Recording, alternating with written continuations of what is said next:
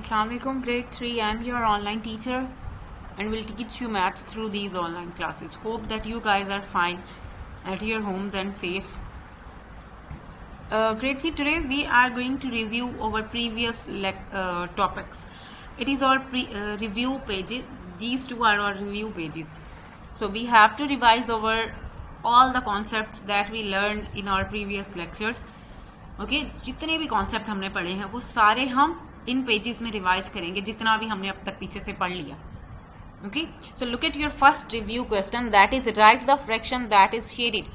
हमें फ्रैक्शंस लिखनी है. फर्स्ट फ्रैक्शन हमें दी गई है 3/8. टोटल 8 पार्ट्स हैं, 3 उसके शेडेड है. मीन्स फ्रैक्शन क्या हो गई 8. मैंने बताया था जो टोटल पार्ट्स होते हैं वो नीचे लिखते हैं हम लोग लाइक एज ए डिनोमिनेटर, और जो कलर्ड होते हैं शेडेड होते हैं उन्हें हम ऊपर लिखते हैं फ्रैक्शन में as a numerator. So move on our next fraction, next picture, next shape.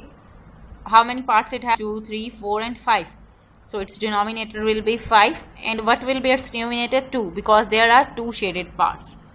Okay, move on the next picture. 1, 2, 3, 4, 5, 6, 7 and 8. It has total 8 parts and 2 of them are shaded, means the fraction is 2/8. In last fraction we have 6 parts. 6 pictures. 1, 2, 3, 4 are shaded. 4 are shaded here. The fraction will be 4/6. Okay. Now look at its second question. That is write the missing fraction carefully. Fraction लिखनी है हमें, जो उनके denominator और numerator हैं वो given है. And we know that the number which is at the bottom is its numerator and the number which is on the top is its numerator. So denominator will be 8 and numerator will be 3. जो number नीचे होता है उसे हम denominator बोलते हैं fraction में, और जो नंबर टॉप पे होता है उसे हम न्यूमिनेटर बोलते हैं. So the fraction will be 4/7 in next, and in next the fraction will be 8/9. Okay, we are done with all 2 questions. Now look at your third question. That is write in ascending order. Ascending order में arrange करना है हमें fractions में values given है. तो जो first है वो डन है हमारे लिए. सेकंड में देखना है. हमें ये भी याद रखना है कि हमने ये भी पढ़ा था कि अनलाइक में जो छोटा होता है, जो सबसे बड़ा होता है, उसकी क्या होती है वैल्यू सबसे कम होती है. ठीक है, मीन्स अगर उनका डिनोमिनेटर सेम नहीं है तो वो अनलाइक फ्रैक्शंस हैं. तो जो सबसे बड़े वाला होगा उसकी वैल्यू सबसे कम होगी. So you can see in your first example 9 is the greater one. तो असेंडिंग में तो सबसे छोटा पहले आता है, लेकिन ये अनलाइक टर्म है इसीलिए इसमें जो सबसे बड़ा है उसकी वैल्यू सबसे कम होगी.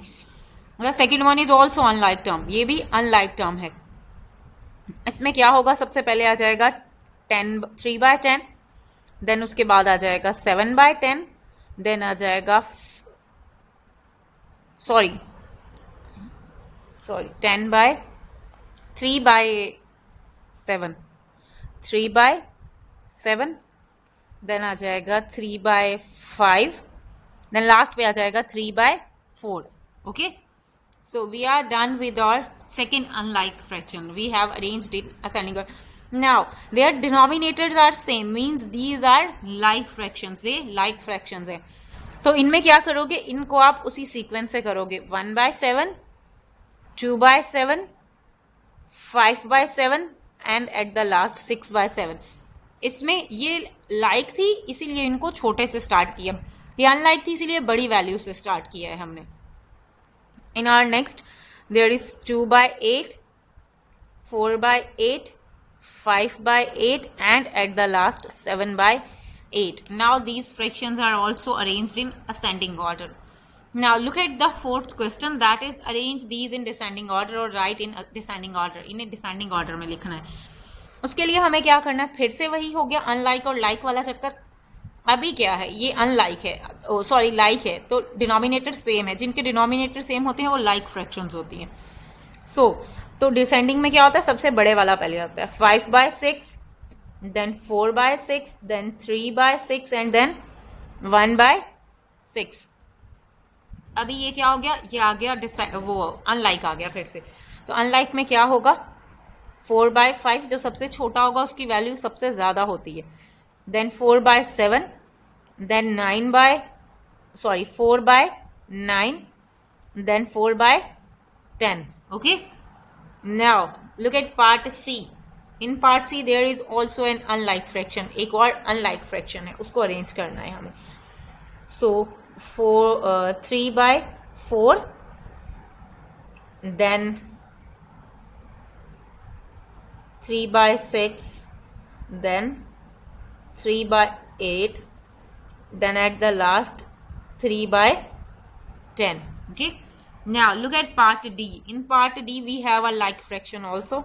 Again 6/9, then 5/9, then 2/9, and at the last 1/9. So we have arranged the like and unlike fractions in ascending and descending order. Okay, so keep it in your mind. If we have like and unlike fractions, so what things we have to keep it in our mind. Now add or subtract. Add और subtract करना है तो simply मैं इसको यहाँ पे ही solve कर रही हूँ. So you have but you have to solve it on your notebook as well. So their denominator is same. In addition and subtraction, if the denominator is same, then it stays same in answer also. Okay, their denominator is 5, तो 5 ही आ जाएगा. 2 में आप 1 plus करो तो हो जाएगा 3. So its answer is 3/5. अभी इसमें क्या है, डिनोमिनेटर सेम है, 9 हो गया. 6 में से 2 माइनस की हमने 4 आ गया. इधर भी 10 हो गया, डिनोमिनेटर सेम है ना. 4 में 5 प्लस किया तो 9 हो गया. अभी there is no space to write there. I am going to write its answer there. D का आंसर मैं यहाँ पे लिख रही हूँ. डिनोमिनेटर हमारे पास हो गया 10. अभी 10 में से हमने माइनस किया 8 तो हमारे पास आ गया 2. Okay, it is the answer of D. You can match it here also. Now अभी 10 में से 6 माइनस करना है. 9 में से 6 माइनस किया तो 3 आ गया. Here we have same denominator also 7. 4 में 2 प्लस करो 6 हो गया. Here we have the same denominator also 9. 8 में से 3 माइनस किए तो 5 आंसर आ गया. And here we are going to write the answer of H, where we have the same denominator of 7. अभी 6 में से 6 माइनस किया तो 0 आ गया. Okay, this is its answer. So we are done with our page number 24. In our next lecture we will solve our next page number 25.